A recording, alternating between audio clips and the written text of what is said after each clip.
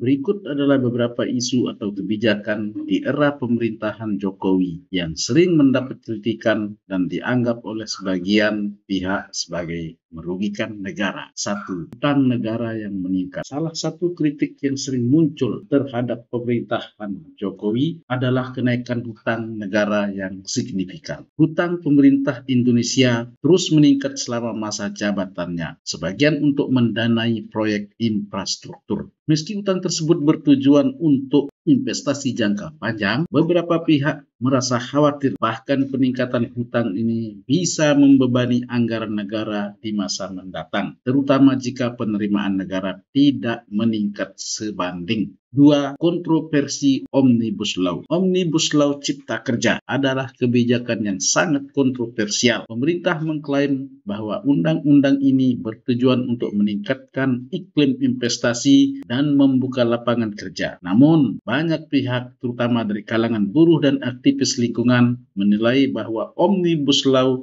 lebih menguntungkan para investor dan pengusaha besar, sementara mereka melanggar hak-hak pekerja dan merugikan lingkungan. Pengesahan undang-undang ini sempat memicu gelombang protes di berbagai daerah. 3. Proyek infrastruktur besar-besaran. Meskipun proyek infrastruktur seperti pembangunan jalan tol, kereta cepat, dan bandara menjadi salah satu kebanggaan pemerintah Jokowi, kritik muncul terkait efektivitas dan pembiayaan proyek-proyek ini. Beberapa proyek dianggap belum memberikan dampak ekonomi yang signifikan atau dianggap tidak terlalu mendesak. Sementara biaya pembangunannya besar, ada juga kekhawatiran bahwa proyek-proyek ini meningkatkan ketergantungan Indonesia terhadap hutang luar negeri, khususnya dari China. 4. Ketergantungan pada investasi asing. Kebijakan pemerintah Jokowi yang sangat mendorong investasi asing dianggap oleh beberapa pihak sebagai resiko kedaulatan ekonomi, terutama dengan masuknya investasi dari China dalam proyek-proyek infrastruktur besar.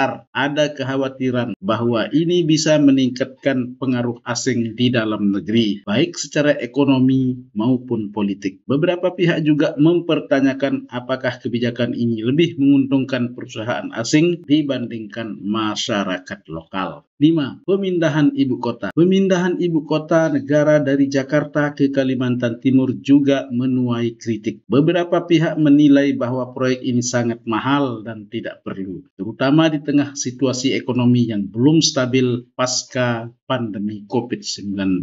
Selain itu, ada kekhawatiran bahwa pemindahan ibu kota akan berdampak pada lingkungan karena proyek tersebut berpotensi merusak hutan dan habitat di wilayah tersebut. 6. Pengelolaan pandemi COVID-19. Penanganan pandemi COVID-19 di Indonesia juga tidak lepas dari kritik, meskipun ada upaya yang signifikan untuk mengatasi krisis ini. Beberapa pihak menilai bahwa respon awal pemerintah terhadap pandemi cenderung lambat dan tidak terkoordinasi dengan baik. Hal ini mengakibatkan lonjakan kasus dan masalah dalam pengadaan vaksin di awal pandemi. Selain itu, kebijakan terkait pemberlakuan pembatasan kegiatan masyarakat atau PPKM juga sempat memicu kebingungan dan kritik karena dinilai tidak efektif dalam beberapa tahap. 7. Kebijakan subsidi yang dikurangi. Pemerintah Jokowi telah mengurangi subsidi energi, khususnya subsidi BBM yang sempat memicu kenaikan harga. Langkah ini diambil dengan tujuan mengalokasikan dana untuk pembangunan infrastruktur dan program sosial lainnya. Namun, pengurangan subsidi ini banyak dikritik karena dianggap memberatkan masyarakat, terutama masyarakat yang berpenghasilan rendah. 8. Beberapa kebijakan terkait eksploitasi sumber daya alam di bawah pemerintahan Jokowi mendapat kritik, terutama dari aktivis lingkungan. Baru-baru ini, pemerintah Jokowi mengekspor pasir. Ini dapat mengancam kelestarian ekosistem lokal. Kebijakan-kebijakan ini, menurut para kritikus, lebih mengutamakan pertumbuhan ekonomi daripada pelestarian lingkungan.